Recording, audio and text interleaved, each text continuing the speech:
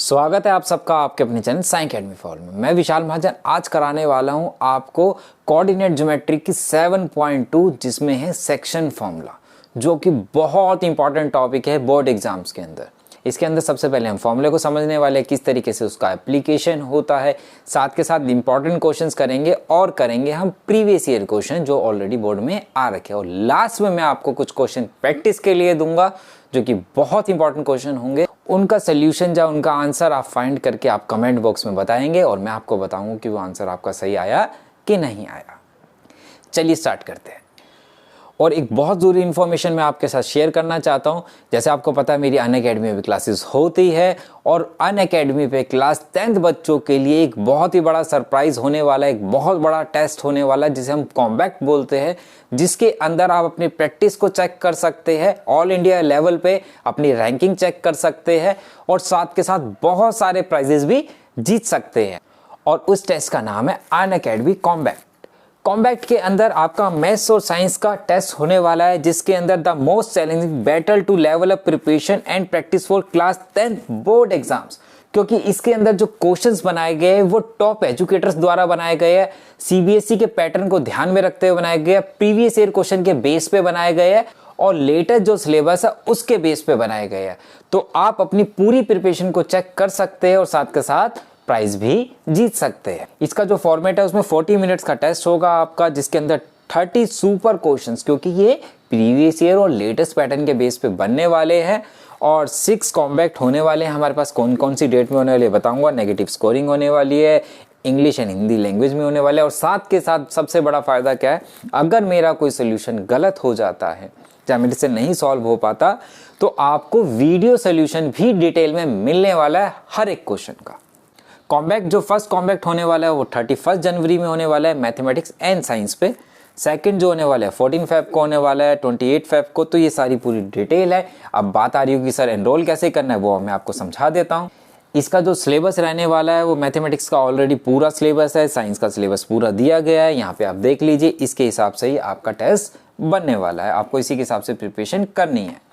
जैसे मैंने बताया, question that test your understanding of concept and application, challenging question created by the best educator. Best educator आपके questions बना रहे हैं। क्वेश्चन बेस्ड जो होने वाला है प्रीवियस ईयर क्वेश्चन और लेटेस्ट ट्रेंड पे बनने वाला है। जैसे आप अनअकैडमी ऐप डाउनलोड करेंगे, वहाँ पे आपको टेस्ट का कॉलम दिखेगा, वहाँ पे आप क्लिक करेंगे तो यहाँ पे एक टेस्ट का कॉलम खुल जाएगा, वहाँ पे आप एनरोल कर सकते हैं और कोड अगर आप साइंस अकेडमी यूज़ करेंगे तो आप बिल्कुल फ्री में इस टेस्ट को दे सकते हैं और अपनी रैंकिंग जान सकते हैं कि आप कहाँ स्टैंड कर रहे हैं, आपकी प्रिपरेशन किस तरीके की है। रैंक फर्स्ट वाले को 12th मंथ सब्सक्रिप्शन मिलेगा क्लास 11th का, रैंक 2 वाले को 6 मंथ का, रैंक 3 वाले को भी 6 मंथ का और 4 to 50 रैंक अगर आप लेके आते हैं तो 1 मंथ का अनअकैडमी सब्सक्रिप्शन आपको मिलने वाला है। कहता है इफ ए पॉइंट P, एक पॉइंट P है जिसके कोऑर्डिनेट x, y है, divide the line segment XY। Line segment XY है, जहाँ AB लिख लो, इसमें हमने यहाँ पे AB लिख दिया तो AB भी लिख सकते हो। इन द रेशो, कितनी रेशो में, M ratio and internally. Internally की बात हो रही है यहाँ पे, हमारे कोर्स में इंटरनली एक्सटर्नली नहीं है तो आप इसे इग्नोर भी कर सकते हो। इस बात को बड़ी क्लास में सीखेंगे इसका मतलब क्या होता है। Then the coordinate of point P is given by, बोलते हैं अगर A के कोऑर्डिनेट गिवन है, B के कोऑर्डिनेट गिवन है, 2 पॉइंट को ज्वाइन करके एक लाइन सेगमेंट बनाया है और P पॉइंट क्या कर रहा है, इसको डिवाइड कर रहा है। किस में डिवाइड कर रहा है, रेशो में। कितनी रेशो में, M रेशो N में अगर डिवाइड करता है तो बताओ P के कोऑर्डिनेट क्या होंगे। तो P के कोऑर्डिनेट निकालने का फॉर्मूला होता है, P के कोऑर्डिनेट को हमने किससे डिनोट किया, x, y से। ठीक है, तो P के कोऑर्डिनेट कैसे निकलते हैं, x equal to M into x2, मतलब इस तरीके से जाएगा, M इंटू x2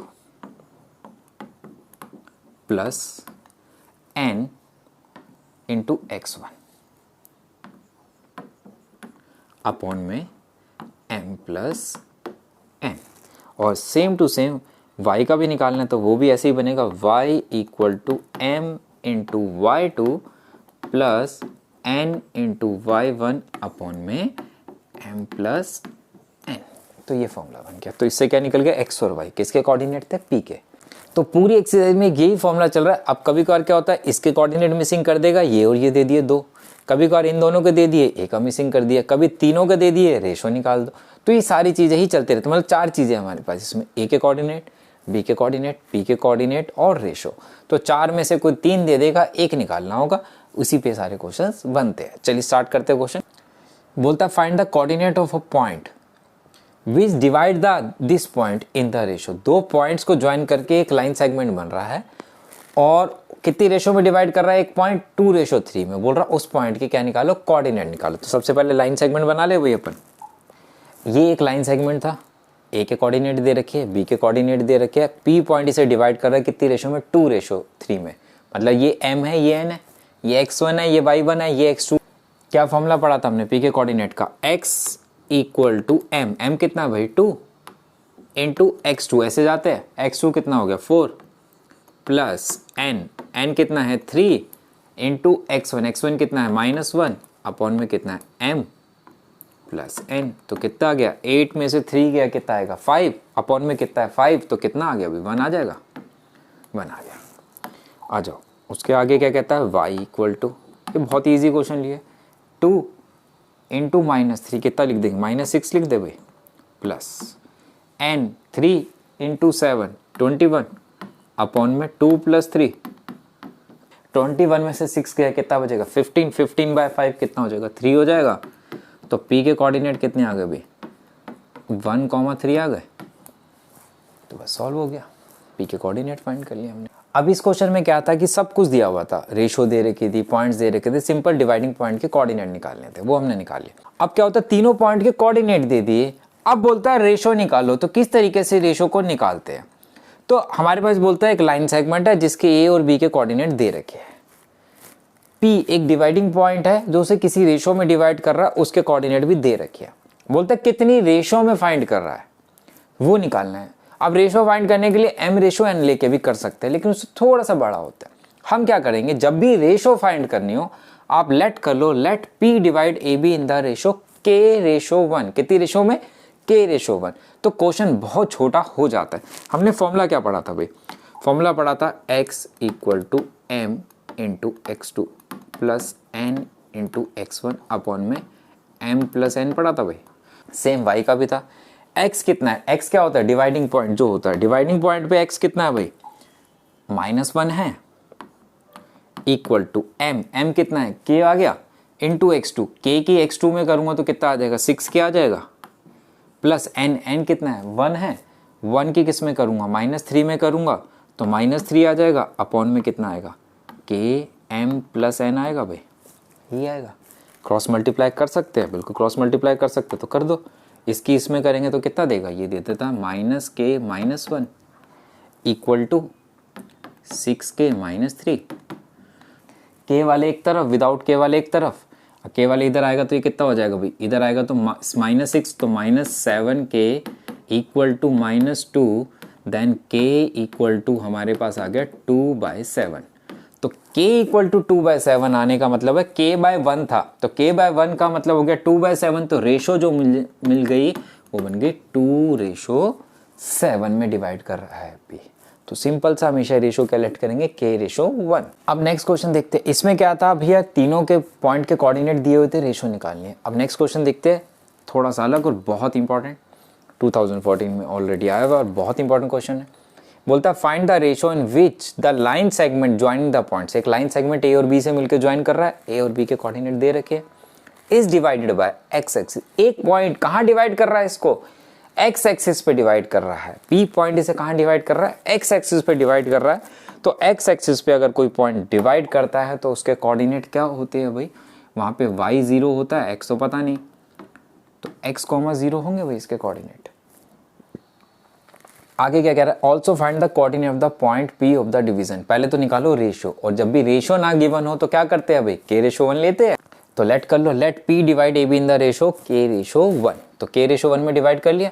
अगर हम यहाँ पे फॉर्मूला लगाते तो कितना आता, x का, P का डिवाइडिंग पॉइंट पे x कितना है, x ही है, इक्वल टू m कितना है भाई, k इंटू कितना हो जाएगा भाई, -2, तो -2k, फिर 1 इंटू कितना हो जाएगा 3, अपॉन में कितना आ जाएगा k+1 आ जाएगा भाई। अब इसमें तो x ही नहीं पता, तो k की वैल्यू कैसे निकलेगी? पहले वाले में क्या था, x पता था कि क्रॉस मल्टीप्लाई कर लिया था, लेकिन अगर मैं देखूँ यहाँ y तो पता है, तो मैं क्या करूँगा यहाँ पे y का भी फॉर्मूला अप्लाई कर लेते हैं साथ साथ। y कितना है 0 equal to m k into कितना करेंगे 7, तो 7k 1 इंटू -3 अपॉन में कितना होगा k प्लस 1। इधर क्रॉस मल्टीप्लाई अगर 0 से करोगे तो 0 हो जाएगा भाई, तो 0 equal to 7k -3 then k equal to कितना आ जाएगा भाई 3/7 आ जाएगा। मीन्स रेशो कितनी आ गई 3:7, रेशो मिल गई। 3/7 को इसमें सब्स्टिट्यूट कर दो तो x भी मिल जाएगा हमारे पास। Let p and q be the point of a transection of the line segment. p और q दो पॉइंट ऐसे है किसी एक लाइन सेगमेंट पे जो किससे ज्वाइन करके बन रहा है a और b से, जो उसे ट्राइसेक्ट कर रहे हैं। ट्राइसेक्ट मतलब 3 इक्वल पार्ट्स में डिवाइड कर रहे हैं। ए भी एक लाइन सेगमेंट है, पी और क्यू से ट्राइसेक्ट कर रहे हैं। ट्राइसेक्ट मतलब 3 इक्वल पार्ट्स में डिवाइड कर रहे हैं, तो मतलब कि 3 इक्वल पार्ट्स में डिवाइड कर रहे हैं, तो पी कहीं यहाँ होगा और क्यू यहाँ मान लो। क्यों? क्योंकि उसने बोला है पी जो है नियरर टू ए है। पी वहाँ भी हो सकता है, लेकिन बोला पी जो है लेट करो ए के पास है, तो ये पी है, ये क्यू है, ये बी है, हमारे पास आ गए। अब ट्राइसेक्ट में ये कितनी रेशो में डिवाइड करते हैं ये देखने वाली बात होगी। ध्यान से देखना थोड़ा सा, कुछ बच्चों को कन्फ्यूज़न होती है इस बात पे। मैंने क्या किया, ये तीनों पार्ट्स है इक्वल। अगर यहाँ से यहाँ तक की लेंथ k है मान लेते हैं, तो ये भी k होगी, ये भी k होगी। अगर मेरे को रेशो चाहिए, पहला p डिवाइड कर रहा है ए बी को, p डिवाइड कर रहा है ए बी को, मतलब मैं रेशो लिख सकता हूँ ए पी रेशो कितनी है पी बी के, यही बनेगी। ए पी कितना है भाई, A P by P B equal to A P कितना है k और पी बी कितना होगा पूरी लेंथ में 2k होगा। तो कितनी रेशो में डिवाइड कर देगा भाई, 1:2 में करेगा कि नहीं करेगा। तो ये m मिल गया, ये n मिल गया, यहाँ पे x1 है, y1 है, x2 है, y2 है, निकाल लोगे भाई, बड़े आराम से निकल जाएगा। और इसी तरीके से अगर q का देखते हैं तो q ए बी को कितने रेशो में डिवाइड करेगा।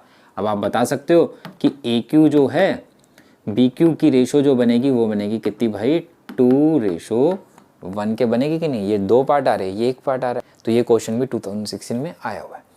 सबसे पहले इन क्वेश्चंस को प्रैक्टिस करना, फिर एनसीईआरटी की 7.2 पूरी कंप्लीट कर लेना, और इसके बाद मैं आपको जो क्वेश्चन देने वाला हूँ अब उसकी प्रैक्टिस करना, और आंसर कमेंट बॉक्स में कमेंट करके बताएंगे क्या आया, और फिर मैं आपको बताऊँगा उसके आंसर क्या थे।